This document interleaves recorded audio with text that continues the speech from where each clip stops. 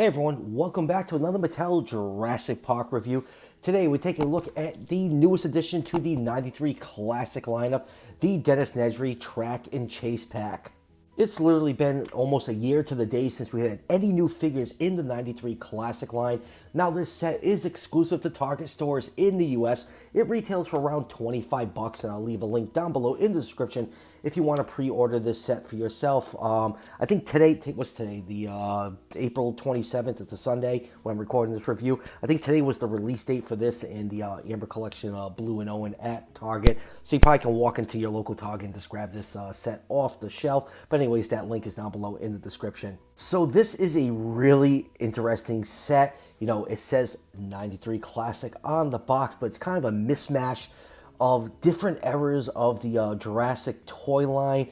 So it just kind of begs the question, what the hell is going on with this? But we'll get into all the differences of this set a little bit later on. So anyways, let's just go with the packaging really quick, as I've had a couple beers before I start this review. We have the 93 Classic logo up here, the JP logo up here. We have Dennis Nedry on a motorcycle with some kind of gas mask and gun, you know, from that classic scene from the movie. And we have him chasing down a very JP3 looking Velociraptor.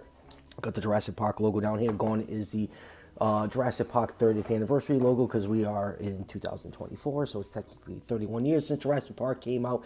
And on the back of the box, we get a picture of the everything included in this set. It looks like a really fun set, so once I crack it open and play around with it, we'll dive right into this. We do have another 93 Classic figure getting announced in I think near the end of June. I really hope it's another large, real feel dinosaur, kind of like that retro Red Rex. Fingers crossed for a demon Carnotaurus.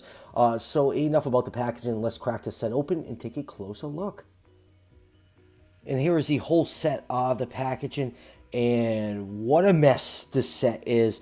Dennis Nedry, as ridiculous as he looks, I absolutely love it. Just with his jacked arms and that fat face, absolutely phenomenal look. He's definitely a homage to his Series 2 Jurassic Park Kenner figure. The bike is from also from a homage to Series 2. It looks like it's one of the Evil Raiders bikes. I think it was Skinner's bike. Nice homage to that. And then we get to the Velociraptor. The Velociraptor is a clear homage to the Jurassic Park 3 Alpha Velociraptor, which came out in 2001, not 93, which the line is 93 Classic Collection.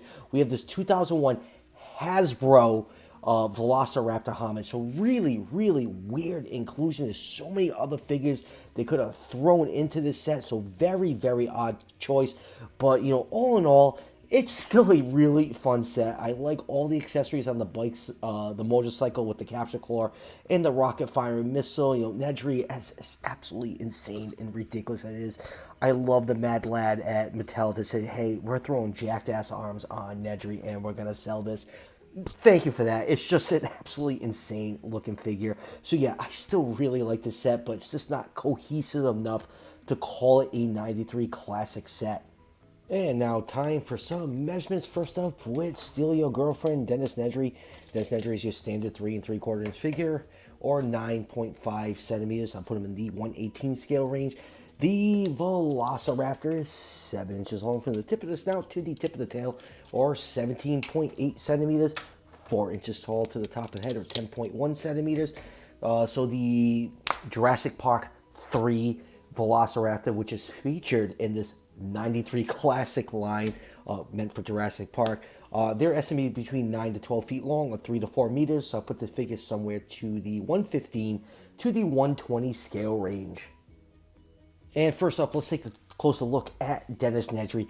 This is an absolutely ridiculous looking figure. I don't know what the hell they were smoking in Mattel when they came up with this, but you know what? I friggin' love this. It is such a 90s look. Just remember all the 90s action figure, Star Wars Power of the Force, like those first few waves. Luke was all jacked and stuff. Like it's just very He-Man like on this, and even like some of the Jurassic Park Kenner human figures. They're a little bit more buff than they appeared in the movies. And this is just absolutely ridiculous looking. I absolutely love it. So let's pull him in closer. I just knocked Mr. Steal Your Girlfriend over. They just threw the, I believe it's the Hammett Collection Nedry head on here. Or is it the, hold on a second, I got the figures right here. Yeah, it looks like the Hammett Collection head is on this Nedry, and he's on this got this fat face with this absolutely jacked body, and he even has his wristwatch, which is an absolutely fantastic touch. He almost looks like, the old, Duke Nukem video game style with this orange vest and the denim jeans. He has this utility belt on here with all these nice pockets, all done in dark brown. Then going down to the feet, you have all this nice denim and these combat boots. Dennis is ready to kick ass and take names. He just looks absolutely great. Just look, whoops, poor guy. Look at the absolute jacked muscles on this guy. Now, there is another wristwatch on this one, and it is not painted in. That is kind of odd. I don't know what figure that is from. It's definitely a retool or something else. If someone could tell me what this is from, just let me know in the comments. But yeah, he is just absolutely insane looking. It's just so 90s and retro. I absolutely love how he turned out. So for articulation, his fat head can move side to side. It is on a ball joint, so you do get some nice waggly on there. You get that nice side to side movement on here. His arms can rotate 360 degrees. Arms can stick out 90 degrees, bend 90 degrees. No wrist articulation. Man, I would absolutely love this thing if it had Hammond Collection articulation. Waist can turn side to side. He can do the full splits. Of course he can, because he is jacked as hell. And you can get 90 degrees of bend on that knee joint. There's also rotation on that knee joint, so the articulation is pretty good. Let's just look at him. Just absolutely obscene looking. Love it. And for accessories, he does come with his gas mask to protect himself from his crazy farts, wherever he's using to jack himself up. And he does have his, it looks like it's some kind of gas gun or a flamethrower. He just have those two canisters on the back. Nice homage to the Series 2 Dennis Nedry. So let's zoom in close. It almost looks like the Cobra Commander mask from G.I. Joe. I don't remember which one it was. It was the one from the early 90s. I think it was when Sambo took over, and you got this nice flamethrower, gas thrower right here. Very, very, all done in nice, chrome colored gray plastic. And you can see the two canisters right here with a hose connected. You have a couple rivets throughout the hose. Very, very nicely detailed. Nice homage to the old Series 2 Kenner figures. Yeah, pretty cool looking. I absolutely, as ridiculous as the set is, it's a mismatch of stuff from all over the Jurassic timeline. I do like it. I do like it a lot, and I do absolutely love the obnoxious 90s accessories that the Human figures in the 93 Classic line come with. And for comparisons, here it is with the other 93 Classic Human figures, Alan Grant and Ian Malcolm. And next up here is jacked up Nedry with his, more obese versions. We have the San Diego Comic-Con version and the Hammond Collection version. You can clearly see the 93 Classic one is much taller than the other two.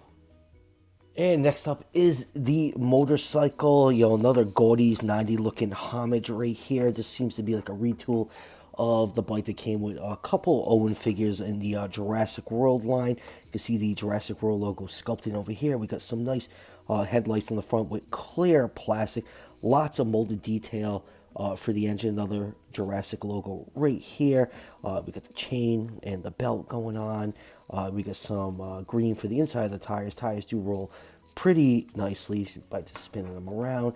And then we have some bright orange and green for the side to give it that retro kind of look. You can see the gas cap right here and the handlebars. And on the side of the bike, we do have two. So there's some assembly with this. You have to attach the claw right here and the missile launcher. Just plug in very, very easily. We have this nice capture claw, which is, you're just using tension to open it and close it, and it can turn side to side so you can grip the ankle or whatever dinosaur you're chasing. And then the side right here, this little sidecar is a missile launcher.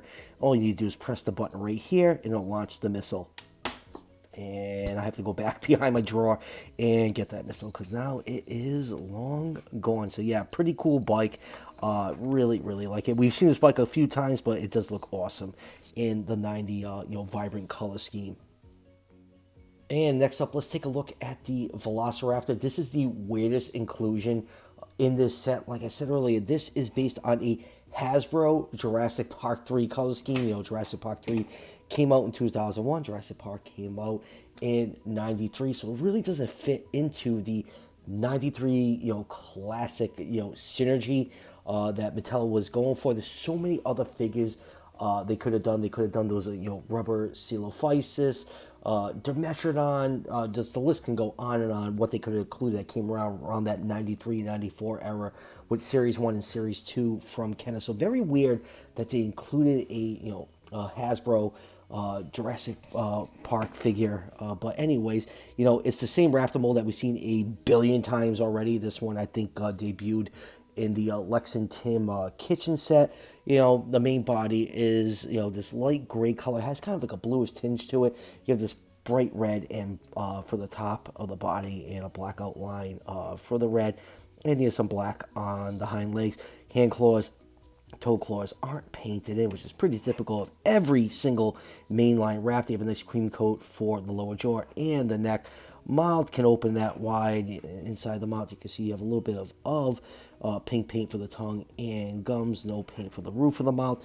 Eye is nicely painted. You have that nice, green color with the, cat slit pupil. For articulation, mouth can close completely flush. Open up that far. You have a hinge joint for the neck, and it can rotate 360 degrees. Forearms can move forwards and backwards. Hind legs backwards and forwards, and completely useless tail rotation. I will always say that a hinge joint will go a long way on all these mainline figures. And right here, you have a little notch to pull up the DNA code. For those of you that want to scan this into the Fax app. So yeah, this Velociraptor, it's a nice little homage. It's cool to get some retro repaints in the Mattel line, but it's just weird that they wedged it into the 93 line. We have 8 more years to go before it's the 30th anniversary of Jurassic Park 3. Who knows if Mattel will still even have the license by then. But yeah, it's it's an okay Raptor. I'm just not big on the Raptor repaints. There's just so many Raptors in the line. It gets exhausting, but it's a nice homage to the Alpha Raptor from the Jurassic Park 3 line. I think it was with the Re-Attack Tack, whatever it was called. And let's just do a couple Raptor comparisons. Here it is with the Hammer Collection JP3 Male Raptor and the Hammer Collection JP3 Female Raptor.